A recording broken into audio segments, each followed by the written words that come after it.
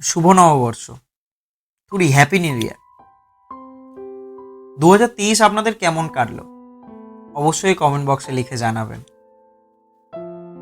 আজ 2রা জানুয়ারি 2024। নতুন বছরের একদিন পার করে চলে এসেছি। আর সকালে একদম ঘুম থেকেই উঠতে ইচ্ছা করছিল না, জানেন। নতুন বছরে যে চারিপাশের যে আমেজ, হ্যাপি নিউ ইয়ার টাইপের ফিলিংস, চারিপাশে টুনি বাল্ব জ্বলছে, কেউ মোয়া, কেউ কেক, সবাই আনন্দ করছে, মেসেজ করছে, একে অপরকে ফোন করছে, দেখা করছে, ঘুরতে যাচ্ছে। এই আমেজটা থেকে যেন বেরিয়ে আসতে ইচ্ছা করছিল না। কারণ জানি অফিস গেলে সেই সারাদিনের কাজ, সারাদিনে হাসি, আনন্দ, দুঃখ, কষ্ট, যন্ত্রণা, জ্বালা সব কিছুর একটা মিক্সচার ফিলিং, যেটা লাস্টে গিয়ে আমাকে এক্সস্টেড ফিল করাবে এবং দিনের শেষে বিষাদগ্রস্ত হয়ে ঘুমাতে যাব। তো সেই ফিলিংসটার কথা ভেবেই কেন জানি না একটু গা শিউরে শিউরে উঠছিল যে দুদিনের পর আবার সেই একই জায়গায় ফিরে যেতে হবে। কিন্তু নিয়তির খেলা, সে একই জায়গায় ফিরে যেতে হলো। একই রকম দুদিন ছুটির পর অফিস খোলাতে প্রচণ্ড ভিড়, তারপর মাসের প্রথম দিন। তো সেই রকমই যা এক্সপেক্ট করেছিলাম তাই পেলাম। অফিসে গিয়ে প্রচণ্ড ভিড়, নর্মাল খাওয়া দাওয়া, দিনের শেষে সেই একই ভালো খারাপ মিশিয়ে একটা ফিলিংস। দিনে আসার পথে সারাদিনের ক্লান্তি ভরে এসে শুধু কখন একটু শোবো, পিঠটা একটু বিছানায় ঠেকাবো সেই আশায় থাকা। সেই অফিস থেকে ফিরে তবে আজ যখন অফিস থেকে ফিরছিলাম, ফেরার পথে প্রচণ্ড ভিড় থাকলেও আমি মানুষজনের যখন কথা শুনি, বেশিরভাগ সময় হেডফোন কানে লাগিয়ে আসি, কিন্তু আজকে কেন জানি না হেডফোনটা কানে লাগানো হয়নি। পাশে শুনলাম একটা কাপল, তারা আলোচনা করছে নিউ ইয়ারে তাদের কি প্ল্যান, এই 2024-এ তারা কি কি করবে। তো বয়ফ্রেন্ডই গার্লফ্রেন্ডটাকে বলছে যে দেখ, এতদিন ধরে তো চেষ্টা করলি, এইবার মোমো খাওয়াটা বন্ধ কর। মেয়েটি ছেলেটিকে বলছে আমিও তো তোকে অনেক কিছু বারণ করি, তুই সব শুনিস। তো নিউ ইয়ারে এরকম মোমো না খাওয়ার মতন রেজলিউশন নেওয়া যাবে না। এই কথাটা শোনার পর কিছু কিছু জিনিস মাথায় আসছিল, যেমন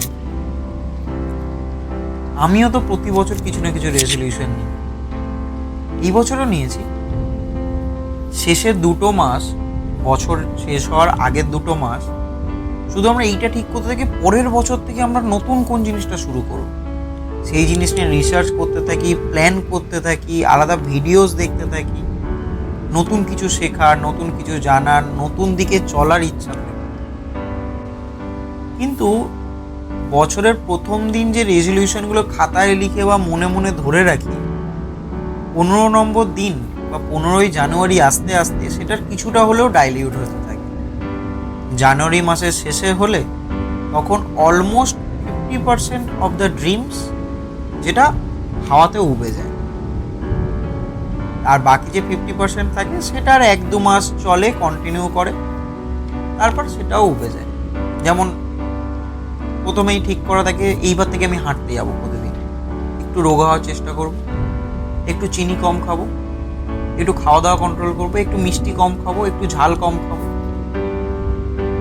একটু ফাস্ট ফুড কম খাবো। বেশিরভাগ সময় তো এই ধরনের রেজলিউশন নিয়ে থাকি।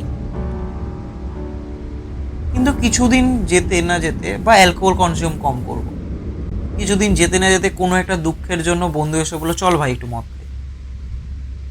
তখন মনে হয় আরে রেজলিউশন নিয়ে যদি একটা চিল্ডে চালানো হয়ে যায়, পরে সেরকমই আরও দুঃখের মুহূর্ত বাড়তে থাকে বা আনন্দের মুহূর্ত বাড়তে থাকে, এক একটা করে জিনিস এলিমিনেট হতে থাকে। আলটিমেটলি 3-4 মাস বাদে আর কিছুই কোনো রেজলিউশনের কোনো ছিটে ফোঁটা আমাদের মধ্যে থাকে না। তো এইরকমই প্রতি বছর আমিও তো রেজলিউশন বানাই, কিছু না কিছু লিখি, কিছু না কিছু করব বলে। কোনো সময় সেটাকে এক্সিকিউট করতে পারি, আমি এখন অবধি কিছু পেরে উঠিনি। আপনারা পেরেছেন কিনা অবশ্যই কমেন্ট বক্সে লিখে জানাবেন। এই যখন প্ল্যান করার কথা মাথায় আসলো, তখন মায়ের ছোটোবেলায় একটা কথা যেটা আমাকে খুব বলতো সেটা মনে হলো। মা ছোটোবেলায় খুব বলতো যে বেকার এত প্ল্যান করে লাইফে কিছু হয় না, আমাদেরকে দেখ, লাইফে কোথায় যাব, কি করব, কিভাবে থাকবো, কিছুরই কোনো প্ল্যান ছিল না। তা বলে কি আমরা আজকে বেঁচে নেই? সব লেখা আছে। সব কিছুর সঠিক সময় না হলে কোনো কিছু কখনো হয় না। তুই যতই প্ল্যান করিস না কেন, তুই অসাধ্য সাধন হয়তো করার প্ল্যান করে থাকবি, দেখবি সেই প্ল্যানটা তখন হয়তো হলো না। তুই যে জিনিসটা 1 বছরে করবি বলে ভেবেছিস, সেটা হয়তো 1 বছরে না হয়ে কখনো তো 6 মাসে হয়ে গেল, কখনো 2 বছরে হয়ে গেল। যখন 6 মাসে হয়ে গেল তখন তুই আগে পেয়ে গেলি, তাই তুই খুশি। আর কখনো যদি 1.5 বছরে হয়, তাহলে কিছুটা শিখে তারপর সেই জিনিসটা পেলি। তো দুটোতেই কি তোর কোথাও হার হলো? দুটোতেই তো তুই জিতলি। একটাতে শিখে জিতলি, একটাতে জিতে শিখলি। দুটোর মধ্যে তো খুব একটা পার্থক্য নেই। আর যখন একটু বড় হলাম, মায়ের এই কথাগুলো সত্যি মনে হচ্ছিল। মনে হলো হ্যাঁ, তো সত্যিই তাই। এত তো প্ল্যান করি, এত কিছু এক্সিকিউট করার চেষ্টা করি, আলটিমেটলি সেটা প্ল্যানই রয়ে যায়। না, এইটা এইরকম জিনিস না যে আমার মধ্যে মোটিভেশনের অভাব থাকে বা আমি সেগুলো চাই না। কখনো কখনো আমার সেগুলো চেয়ে ওঠা হয়ে ওঠে না, কারণ চারিপাশের পরিস্থিতি সেরকমভাবে পাল্টে যায়। কোনোদিন আমি ভেজ খাবো বলে ভাবলাম, সেদিনকে যদি অফিসে পার্টি হয়, সবাই যদি খাওয়া দাওয়া করে, ম্যানেজার যদি খাওয়ায়, আমি যদি না খাই, সেটাই এমন একটা অকওয়ার্ড সিচুয়েশন তৈরি করে। তাহলে সেখানে কি প্ল্যান ভেঙে গেল না? ঠিক সেই রকমই লাইফেও কোনো কিছু প্ল্যানভাবে কিছু যেন এক্সিকিউট করা সম্ভব হয়ে ওঠে না। যারা পারেন তারা অসাধ্যকে সাধন করছেন আজকে, কিন্তু তাদেরও লাইফে সব কিছুকে প্ল্যান ওয়াইজ চলছে। তাই আমার মনে হয় লাইফে যেটুখানি প্ল্যান করা সম্ভব বা প্ল্যান না করে অসম্ভব ব্যাপার, প্ল্যান না করে করা অসম্ভব, সেইটুখানিকে ছাড়া বাকিটুকুনি না হয় প্ল্যান নাই করলে। লাইফে কিছু তো অজানাকে জানা, না পাওয়াকে পাওয়ার আনন্দ সারপ্রাইজ হিসাবে আপনার লাইফে আসুন, যেগুলোর আনন্দে মেতে পুরো বছরটাকে কাটাতে পারবেন। তো সেই সারপ্রাইজের ওয়েট করাতে আর ভগবানের উপর ভরসা রেখে পরের ওই আনপ্ল্যান্ড লাইফে যা যা পাচ্ছেন সেইগুলোর কথা কখনো চিন্তা করে দেখবেন। হয়তো আপনার আনন্দের পরিমাণ আজ যতটা আছে তার থেকে একটু বেশি হয়ে যাবে। কখনো ভেবে দেখবেন, হঠাৎ চলতে চলতে ট্রেনে কোনো বন্ধু বান্ধবদের সাথে দেখা হয়ে যায়, যখন হঠাৎ করে কোথাও যাওয়ার একটা প্ল্যান হয়ে যায়, সেই প্ল্যানটার কোনোদিন হওয়া সম্ভবই ছিল না, হয়তো সেরকমও হয়ে যায়। আমারও লাইফে হয়েছে। আমার বন্ধু বান্ধবদের সাথে হঠাৎ করে একটা দিন শিলং ঘুরতে যাওয়া হয়। আমাদের কোনো প্ল্যান ছিল না সেরকমভাবে, ঘুরতে যাওয়া হলো, 7 দিন থাকা, খাওয়া দাওয়া, আনন্দ করে ফেরা হলো।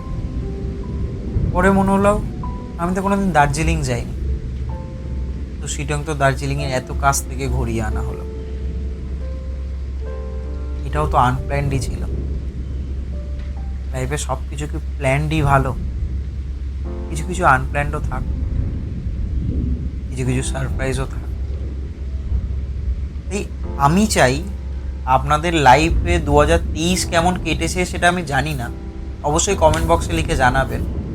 কিন্তু 2024-এ যেন এমন অনেক সারপ্রাইজ আপনারা আপনাদের জীবনে পান, যার কারণে আপনাদের জীবনে যতটা প্ল্যান করেছিলেন, প্ল্যানগুলো এক্সিকিউট না করতে পারার কষ্টটা এই সারপ্রাইজগুলো আপনাকে অবশ্যই ভোলাতে সক্ষম হয়। হ্যাপি নিউ ইয়ার সবাইকে। খুব ভালো কাটান। অফিসে হয়তো অনেক কাউকে অলরেডি জয়েন করতে হয়েছে, তাদের কষ্ট বুঝি এবং তাদের কষ্টের সাথেই আছি।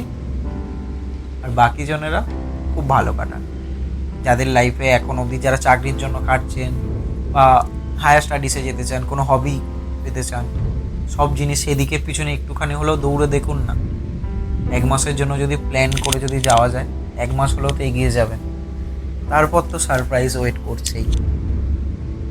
আজকের মতো এই পর্যন্তই।